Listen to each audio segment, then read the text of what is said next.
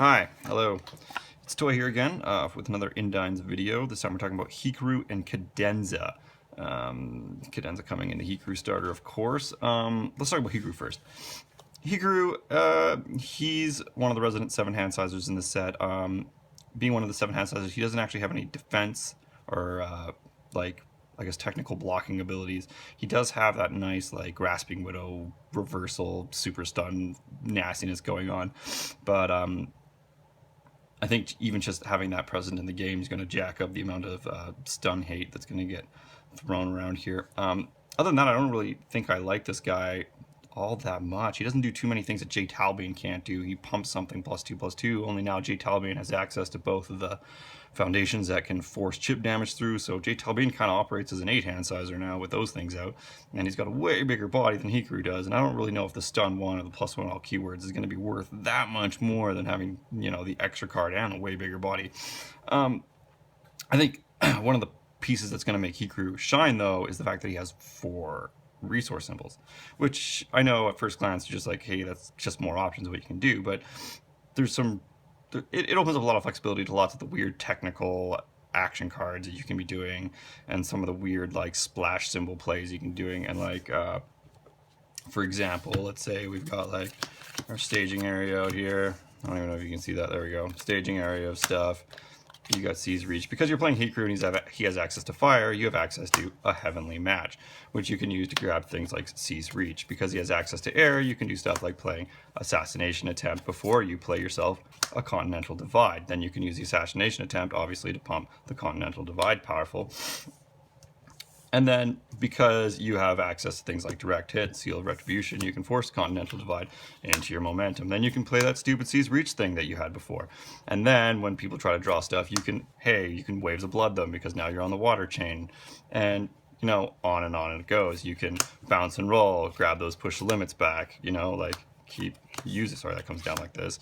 Then you can keep playing your push the limits to make them flip more foundations. Like, on the off turn, you can block with things like the Seas Reach. You can use Key Aura to grab the Assassination Attempt again, because that chains off fire.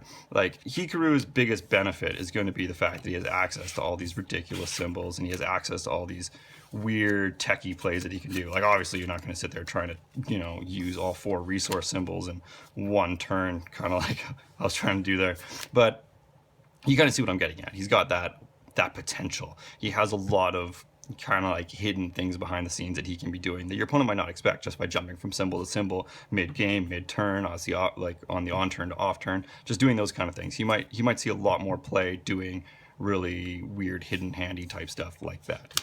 Onto Cadenza. I love Cadenza and I hate Cadenza, and I kind of love him for the same reason that I hate him.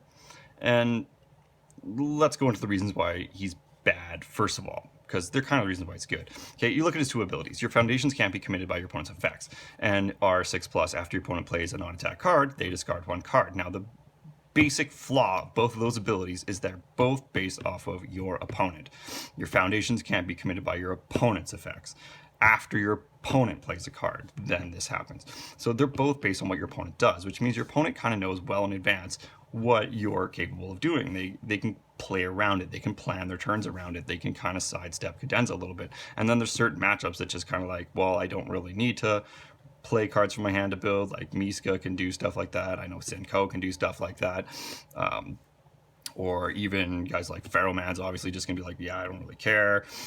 You can 7+ all day long. I don't, you know, like that kind of thing. And he's a 530 otherwise, and he doesn't really have that many offensive options. Just push junk through. He does have Rocket Punch available to him, which just adds more discard. But for the same reason that I dislike Cadenza, I kind of love Cadenza, because in some matchups, those 2 abilities are really strong. So obviously against the Fire Stun matchup, he's actually kind of viable, you know, and against characters that have to play out their large hands and don't have any way to go around that, sort of like a Jiffney Jammer type character, that 6+ might actually put in some work. So where I think Cadenza is going to be kind of not that great in standard play for, you know, a regular tournament, in team play, he's probably going to see, you know, he's probably actually going to shine really, really well. He does have that self-destruct build as well, where you just make people hate life.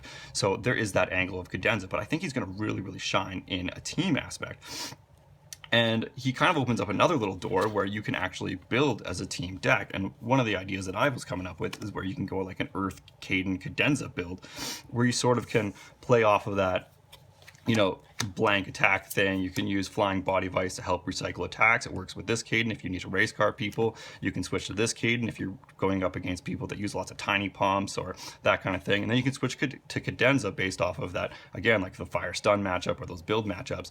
And because of the resources that Earth has available to it, again, like direct hit, mixed with things like Demon Billion can help with things with the face down Caden. You can, when running Cadenza, you can switch to Terrifying Opponent, Rocket Punch, so you can force them to discard more cards than they normally would. Again, you can go to that control aspect of things. Broken Memories works really well with the system to get, you know, let Cadenza draw more cards, so it kind of helps support the whole thing. It's a nice little Earth kit that works kind of well with all three, and because all three characters kind of have a different, you know, thing that they focus on, it's not the worst idea if you want to run Cadenza in a standard play, because at least he's got two other characters that he can sort of fall back onto depending on your matchups.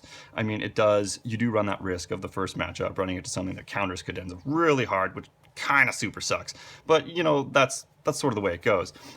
He is like the signature five-hander in Indines, so I know there's going to be a lot of people out there that just want to play Cadenza. And that's just one idea that I've had. I'm sure you could do something off Void with like Roy and Ralph and maybe do like Punch Discard, and you can switch between three of them again depending on matchups.